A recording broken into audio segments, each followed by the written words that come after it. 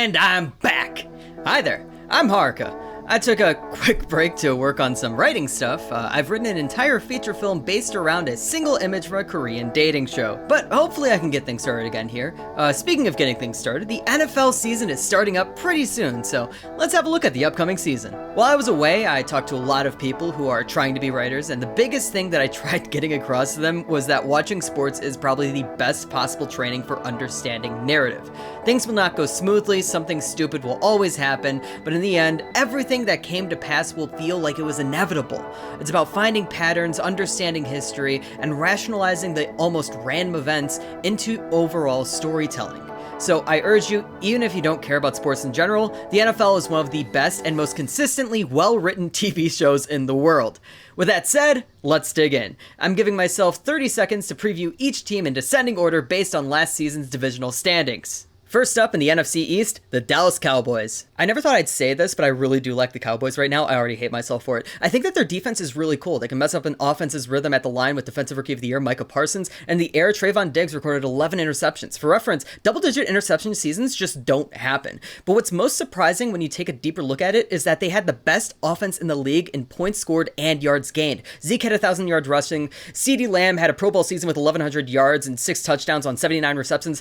Dak Prescott is back, but Amari Cooper is gone. The Philadelphia Eagles. Joe Flacco didn't get a single snap last season, and while they took a big stumble the first few weeks last season, they really did get going later, mostly thanks to their defense. The defense was led by cornerback Darius Slay, who bounced back from a rough 2020 with a Pro Bowl performance, along with Josh Sweat and Javon Hargrave on the defensive line. Anyway, the big thing is that Jalen Hurts seems to be a lot more comfortable with more rushing touchdowns than anyone else on the team with 10, as well as showing steady improvement in his passing game. The Washington Commanders. The Commies were on a good run going into Week 14, looking to make a playoff push. Then they lost back-to-back against the Cowboys and the Eagles. And then they did the same exact thing again, immediately afterwards. Fitztragic didn't last long. Now it's Tyler Haneke, and he's not much to look at either, so I guess it's Carson Wentz now. Their offense was just above trash tier, same with their defense, and their defensive leader, Chase Young, is out with a torn ACL. I think things are going to get worse for this team this season, and their name is not that good. The New York Giants. You know how I said last season that the Giants might be good? Oops. Almost the last place offense, although there's an argument that since Daniel Jones was injured for a lot of the season, it doesn't really reflect on him. Seriously, why would anyone let Mike Glennon step out onto a football field? The defense regressed with the defensive line being to blame, but they used their number 5 pick to nab Kayvon Thibodeau at defensive end. But the problems on offense just seem too big. Tyrod Taylor is the new backup QB, which is better than Glennon, but Matt Breida and Ricky Seals-Jones aren't exactly money moves. The NFC North? The Green Bay Packers. Both as inevitable and as annoying as My Hero Academia being nominated for the Crunchyroll Awards, Aaron Rodgers won MVP last year, but the prevailing wisdom is that the Packers are only good if he's single and he's dating some woman named Blue Earth right now. You don't need to be the best at something as long as you're mostly above average at everything, and you can keep the ball. Packers were the 10th ranked offensive last season and had the least offensive turnovers, mostly due to Rodgers' passing. But the offense did take a hit, losing wide receiver Devontae Adams in a trade with the Raiders and losing spark plug Marquez Valdes-Scantling to free agency. The Minnesota Vikings. Not much has changed from last season for the Vikings. They really only moved up because the Bears fell down. Dalvin Cook is still good. Thielen had some injury issues, but Justin Jefferson is still a top-level player with over 1,600 yards. And Kirk Cousins is still a fraud. Since there's really nothing else for me to talk about, I'd like to point out how wild it is that their coach is Kevin O'Connell. O'Connell was a third-round draft pick by the Patriots in just 2008, and in this season he will coach against the man who cut him in Bill Belichick. And if the Vikings somehow make the playoffs, he can coach against the QB who he didn't stand a chance against in Tom Brady, who was with the Pats before him and is still playing now for the Bucs. Wild. The Chicago Bears. Ryan Pace, Matt Nagy, and Andy Dalton are all gone and nothing of value is lost. They also don't have a first-round pick. Oops. At least the offense seems more stable in terms of what they want to do. We'll see what Matt Eberflus wants Justin Fields to be. Hopefully they use some, mobility plays for him instead of forcing him to stay in the pocket. The run game is still the main thing, with the only real receiving option being Darnell Mooney. I'm still big on Cole Kmet anyway. And it's also important to note that the Bears were the most sacked team last season. Defense was top 10 in yards allowed, but below average in points allowed, and that's because most of the good defenders are gone now. The Detroit Lions. Don't take this the wrong way, I'm not calling them contenders at all, but Detroit might kind of be good this season. Despite not picking up a dub until week 13, Amon-Ra St. Brown came in out of nowhere to show he can be a solid receiver, picking up 90 receptions for 912 yards. With the addition of DJ Chark and 12 overall draft pick Jameson Williams, Jared Goff has some real targets to throw to. The biggest problem is the defense, which I think you can pencil in as the third worst last season. But at second overall, they honestly got the consensus first overall pick, Aiden Hutchinson, and they got a couple of other good guys. They can probably jump the Bears and even the Vikings. The NFC South, Tampa Bay Buccaneers. This man refuses to go down, and it is honestly horrifying. Get your bets in on whether Tom Brady's career will outlast One Piece, which allegedly is ending within the next 3 years. Brady was drafted by the Patriots the year after the anime started airing. Brady half announced his retirement, so then the team went out and brought in Russell Gage and Julio Jones, adding to an already loaded receiving core. This is with an already reloaded offense with a scary defensive line. The minimum this season is domination in the division. The New Orleans Saints. We finally got to see what the Saints look like without Breeze, and honestly, it's weird in ways we weren't even expecting. Tight end Taysom Hill was the quarterback for a while, which was just wild. And he wasn't that bad at it either. If you combine his and Jameis Winston's starts, they were 9-3. Now they got Andy Dalton as the backup, which is a surefire sign that something will go wrong. It's safe to call them a top 5 defense, and the arrival of Jarvis Landry and 11th overall draft pick Chris Olave, the offense has something to build on. The Atlanta Falcons. This team is very sad. Just a terrible season last year despite Cordell Patterson's reemergence as a solid football player. They traded Matt Ryan to the Colts and signed Marcus Mariota, who I still like but isn't it, and third rounder Desmond Ridder may be good eventually, but he's a project. And then Calvin Ridley getting an indefinite suspension for betting on games while not even in contact with the team. Like, the dude straight up left the team, didn't respond to any of his teammates' texts, but they stuck him with a harsher penalty than the ones they've laid out for soon-to-be-mentioned abusers. They're just going to start dropping like a rock next season. Carolina Panthers. Sam Darnold didn't work out last season, so how about Cam Newton? Cam lost all 5 of his comeback starts. How about Baker Mayfield now? Mayfield honestly shouldn't even be here for reasons I'll get into later, but this honestly isn't the worst fit for him. As long as CMC stays healthy, which he never does, Mayfield has a few different options to throw to. And the defense isn't bad, but it gives up a lot of points. Maybe the lack of yards allowed is more to do with field position than actual ability. All I know is they're going to be better than the Falcons this season. The NFC West. The Los Angeles Rams. Despite blowing a lead in Tampa and having their next 2 playoff games come down to the final drive, they did win the Super Bowl in their own stadium. It's weird that it's happened twice in a row, and the Cardinals aren't a bad team this season. But it's important to note that a good team is always going to have coaches poached by worse teams, so a few assistants are gone. Cooper Kupp is still damn good with an almost record-setting 145 receptions last season, leading to an almost record-setting 1947 receiving yards, and the defense has only gotten better with the addition of Bobby Wagner. The problem is that Matt Stafford may have a lingering elbow injury, which would put a repeat in jeopardy. Arizona Cardinals. The Cards had a top 10 offense and almost a top 10 defense last season. They were undefeated going into week 8, but they fell apart against the Rams in the playoffs. The big thing for them is to basically just stay the path. I don't think there's any big changes on this team other than, losing DeAndre Hopkins. So I'm just going to use this time to talk about their second round draft pick, Trey McBride. He's the first ever NFL player to have come from a same-sex marriage. He's got 2 moms, making him the most powerful being in the league. He has the power of God and anime on his side. He will go off this season. San Francisco 49ers. I still don't know what to think about the 49ers. They barely made the playoffs, but then got to the NFC Championship. I still think Jimmy Garoppolo is a fraud. And they literally ran out of running backs last season to the point that they were forced to use Deebo Samuel as one. They were unable to retain Raheem Mostert and Mohamed Sanu, but they weren't really a big part of their offense last season. And their defense was actually top 10, keeping teams out of the end zone, unlike a lot of the other teams who just had low yards allowed. This team makes no sense and scares me. The Seattle Seahawks. Ratio plus, you fell off. They went from first in the division in 2020 to last in the division last season. Russell Wilson was traded to the Broncos, Bobby Wagner signed with the Rams, everything is falling apart in Seattle. And judging by the lack of positive moves, that's not going to change around here.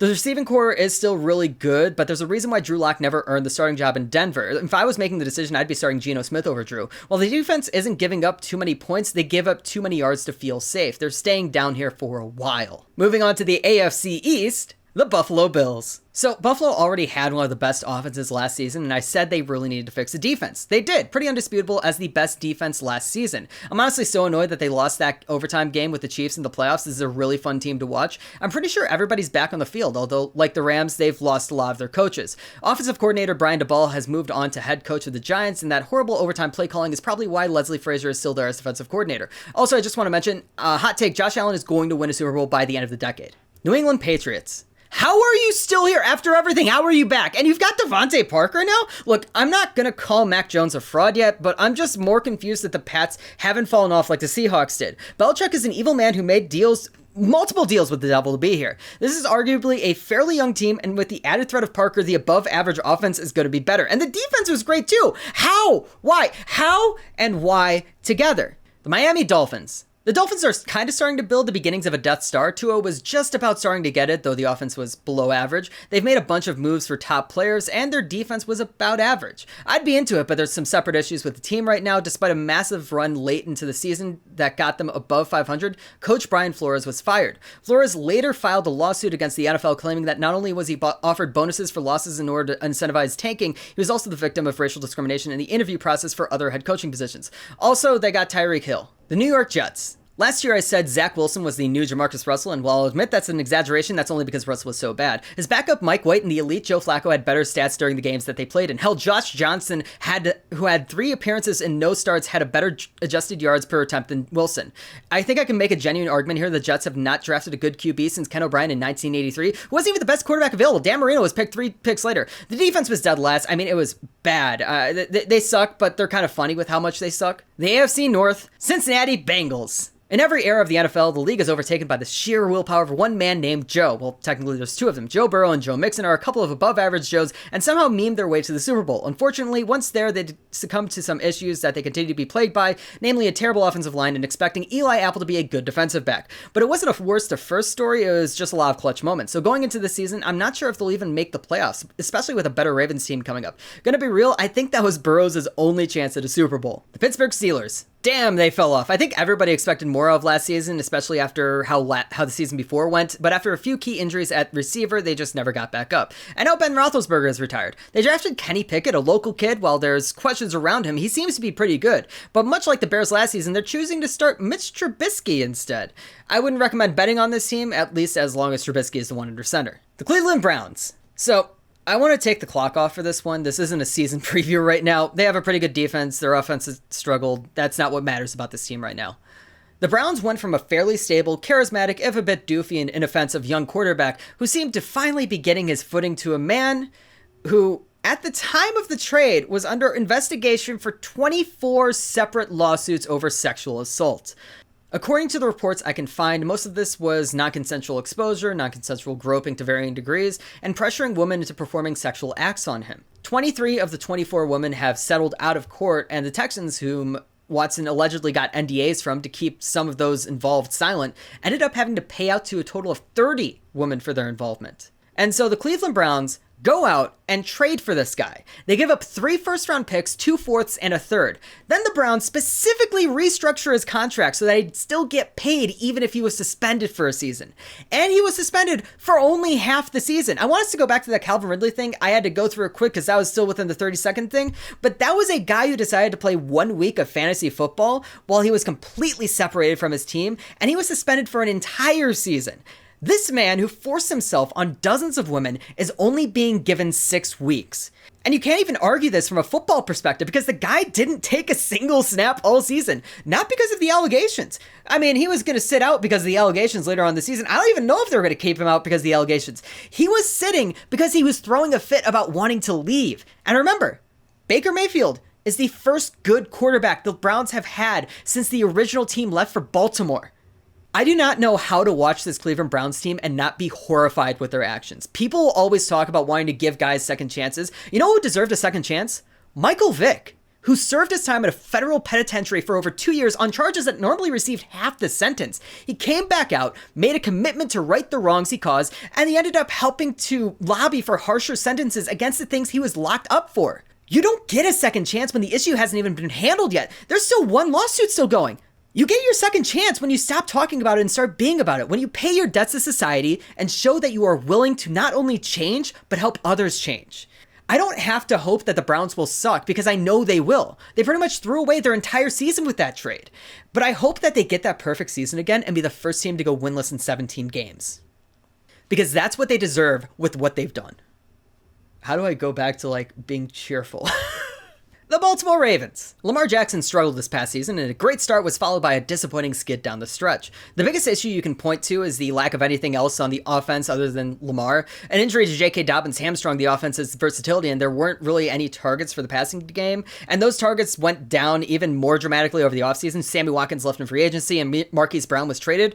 And all he's got left is all-pro tight end Mark Andrews, the second-year Rashad Bateman, and punt returner Devin Duvernay. The AFC South, the Tennessee Titans. Derrick Henry is still good at football. Ryan Tannehill still worries me, but I don't think they drafted Malik Willis to replace him. Due to Henry being out for a bit, the offense is only okay, but the defense was pretty good. As long as Henry stays healthy, he's still very good at the sport. The Indianapolis Colts. I told you Carson Wentz wasn't the answer, and now they've got Matt Ryan, who is not a bad pickup, and Jonathan Taylor was an absolute stud last season. The problem is that not only are they an average team overall, they don't really have much of a presence in the air. Matt Ryan is good, but not as good when he can't really pass to anyone except for a guy who was only good for like 3 weeks last season. The Houston Texans. I'm still not sure who they think their quarterback is. Davis Mills started most of the games, but finished with literally the same amount of wins as Tyrod Taylor, and then they got rid of Taylor. I mean, this question doesn't even matter because who are they going to throw the ball to? In MLS Fantasy, you can choose week to week, and I always make sure I have a player who's starting against the unanimous worst team in the league.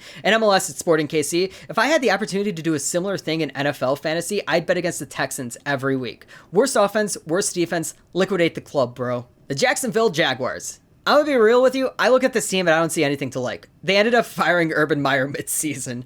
Last season I added a but after trashing them, but I think this season it's fine to just cut your losses and say this team is not worth getting invested in. Doug Peterson is a good coach, but there needs to be personnel changes over the course of a couple of seasons before they're competitive. So weird that they beat the Colts in the last game of the season though. The AFC West, Kansas City Chiefs. One of the top 5 offenses in the league might fall off a bit this season. While I don't like the guy, Hill was a major part of their offense, and his departure is going to change things for them. But they may have replaced his production, at least in a combined way, with Juju Smith-Schuster and Marquez Valdes-Scantling. And they replaced his controversy with Josh Gordon, who's only really controversial for being consistently busted for weed.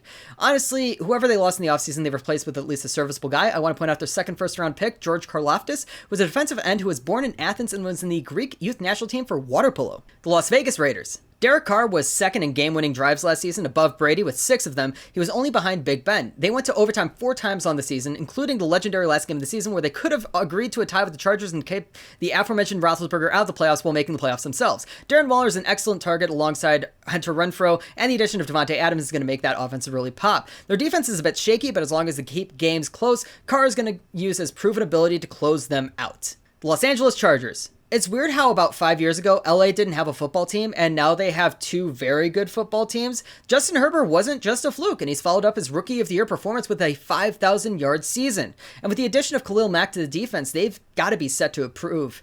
Top-level offense with a defense that's made some good additions. This is a team that can make a run. Unfortunately, this division is absolutely packed. The Denver Broncos. The Broncos are that Thanos meme of, what did you get? Russell Wilson. What did it take? Everything. Wilson showed he was kind of on a decline, and then in that trade, the Broncos packaged the only pass catcher worth anything in tight end Noah Fant. There are very few quarterbacks out there who can turn bum receivers into stars overnight, and Wilson is not one of them. They have a really staunch defense, but if they can't score, they can't score. Then again, you can still argue that the defense can keep things close. That leaves room for mistakes on the offensive side. It's a packed division. Like, wow, they're not going to get through. And now for some random predictions. MVP, Josh Allen. This guy is a monster, and he got a couple more targets. He's going to go big this season. Also, I had to cut out a part earlier where I talked about the sheer amount of records he's broken over the 5 seasons that he's played in the NFL. And then he had like a perfect game that he pitched against the Pats in the playoffs. Like, they scored on every single drive except for when they kneeled down. Like, that is amazing. He's got arm strength, he's got legs, he's just got everything. Rookie of the Year. This is tough this year because that draft class was honestly kind of trash. At least for skill players, we'd be able to point out standouts much easier. Offensive rookie, I'm going to give it to Jameson Williams. I think that he'll slot in as their main receiver, and they're already setting up to pull back up, as I mentioned earlier. Though, shout out to Jahan Dotson in Washington because I think he'll be a similar deal, except the Commies aren't a good team, so like obviously he's not going to do that well either. Defensive rookie, Kaiir Elam. I just think Buffalo has a chance to dominate this season, and he's going to be a part of that on the defensive side of things. Super Bowl, the vibes matchup would be Bills versus Cowboys, but Brady ruins everything. So, Bills-Bucks. It's a toss-up, and while I want to give it to the Bills, Tom Brady ruins everything. So that's what you need to know going into this NFL season. Like, subscribe, and give me that sweet, sweet interaction to feed the algorithm. I reused this script from last year. It might be another week before I start pumping out more videos again after this, but hopefully it'll return for the fall and into the winter. This video is actually sponsored by Lucky Cat Sticker Company. Go buy some damn stickers. Slap them on your laptop, slap them on your car, slap them on your own damn face. I don't care. Go to luckycatsclub.com and enter the code JOCK for 15% off. That's JOCK JOCK for 15% off at luckycatsclub.com. Link in the description. Thank you.